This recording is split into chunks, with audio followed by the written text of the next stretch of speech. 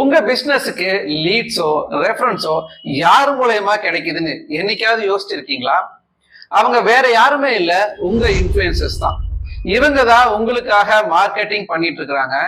ரெண்டு விதமான இன்ஃபுளுசர்ஸ் இருக்கிறாங்க: டைரக்ட் இன்ஃபுளுசர்ஸ், நான் டைரக்ட் இன்ஃபுளுசர்ஸ். டைரக்ட் இன்ஃபுளுன்ஸ்ங்கிறது உங்க ப்ராடக்டையோ இல்ல சர்வீஸையோ எக்ஸ்பீரியன்ஸ் பண்ணி அதை பத்தி மத்தவங்க கிட்ட சொல்லி நியூ கஸ்டமர்ஸா கொண்டு வருவாங்க. நான் டைரக்ட் இன்ஃபுளுன்ஸ்ங்கிறது உங்களை பத்தி வெளியில கருத்து கேட்டு அதுக்கப்புறமா உங்களுடைய கஸ்டமர்ஸா மாறுவாங்க. உங்களை பத்தின ஒப்பீனியன்ஸ் அவங்க கலெக்ட் பண்ற யூஸ் பண்ற ஒரு டூல் தான் சோசியல் மீடியா. மோஸ்ட்லி இந்த இன்ஃபுளுசர்ஸ் சோசியல் மீடியால தான் இருப்பாங்க. உங்க இன்ஃபுளுசர்ஸ் எதுல இருக்காங்கன்னு கண்டுபிடிங்க, அவங்கள மீட் பண்ணுங்க, அவங்க கிட்ட பேசி பழங்க, அவங்களுக்கான சின்ன டிப்ஸோ இல்ல ஐடியாஸோ கொடுத்து ட்ரஸ்டா பில்ட் பண்ணுங்க. So influencers is your assets, earn them and nurture them.